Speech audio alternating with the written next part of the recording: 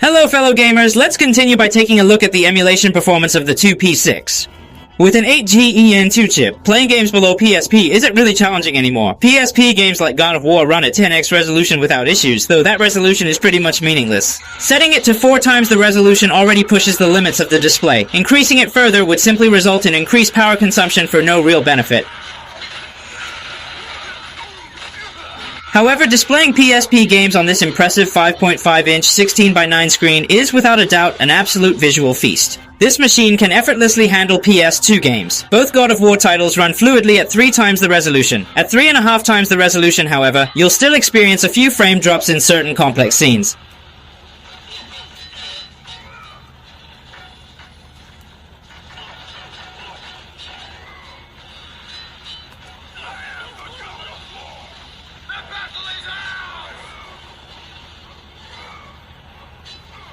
When PS2 game optimization comes up, I must mention this terribly optimized game, Dirge of Cerberus Final Fantasy VII. This game's optimization is awful. I've tried it on Snapdragon 865, 8 Gen 2, and Dimensity 8300 chips, yet many scenes can't even maintain full frames at 1x resolution. I thought it was a lack of performance, but even with a Snapdragon 8 Gen 2 chip, it's still just as bad. It's barely playable at 1x resolution, with some scenes dropping to around 40 frames.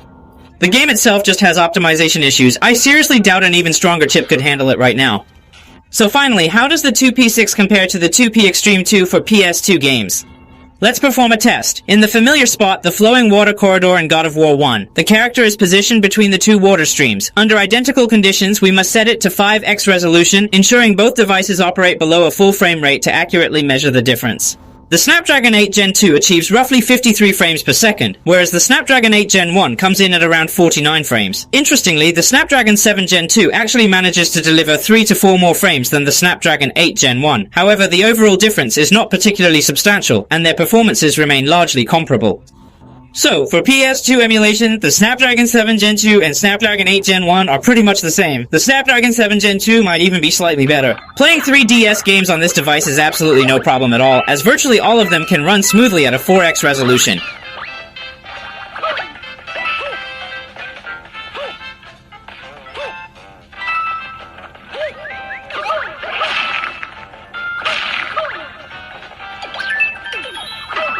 For Switch games, this device is definitely powerful, but my unit is the 8 plus 128GB version, so the RAM is a bit small. That means this device's Switch performance still falls short. I'd suggest fellow gamers who love playing Switch games get the 12 plus 256GB version. However, even with just 8GB of RAM, it's still capable of running quite a good number of games very smoothly without any hitches.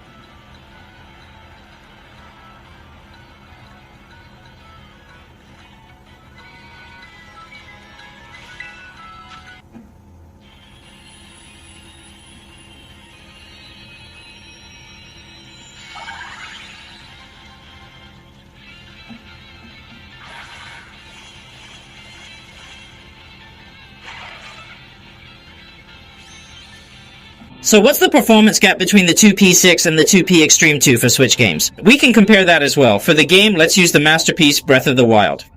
For Breath of the Wild, we absolutely have to run it at 2K resolution. We must compare the frame rates when neither of the devices can maintain a full frame rate. The 2P6, utilizing the Snapdragon 8 Gen 1, generally holds a frame rate of about 20 FPS. Now, under these identical conditions, let's examine the performance of the 2P Extreme 2. The 2P Extreme 2 maintains around 22 frames per second. Surprisingly, it's 2 frames higher. But since it's only a difference of about 2 frames, it could be a margin of error. However, this clearly indicates that the 2P Extreme 2 is in no way inferior to the 2P6 when it comes to emulating the Switch.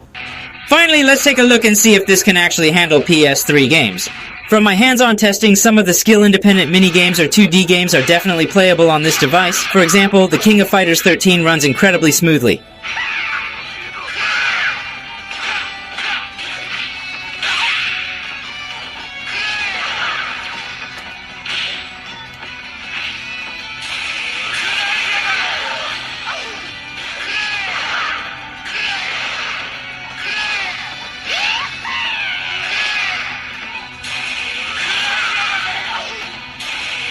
This kind of retro-style dungeon crawler is also playable.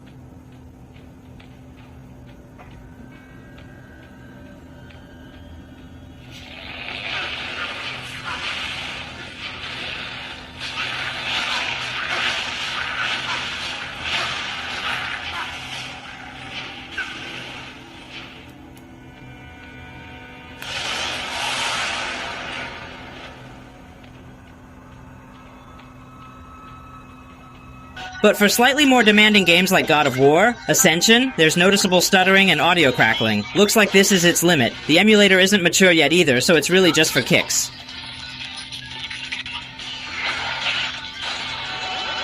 As for native game performance, since it's an older chip, I won't do extensive testing. You can just refer to the Odin 2 series for that.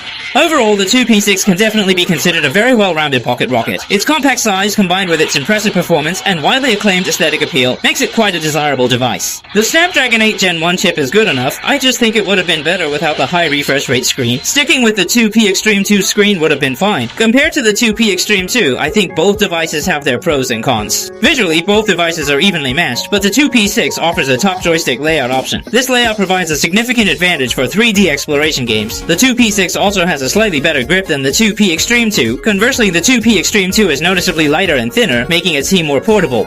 Chip-wise, there isn't much difference between the two devices. Both are powerful enough. For the screen, the 2P Extreme 2, despite lacking high refresh, offers better eye comfort. For its memory, the 2P6 can have a 12 plus 256GB version, and larger RAM means higher limits for Switch games, but the 2P Extreme 2 only has 8 plus 128. So this is awkward. Can't the 2P Extreme 2 also get a 12 plus 256GB version? Or the 2P6 should have just continued to use the full-range DC dimming display from before. 120Hz high refresh rate isn't a must for Android handhelds. In the end, all I can say is it's a quirky handheld, so having some weird quirks is to be expected. If it's one and done, how will they sell you the next one? Anyway, that's it for this video.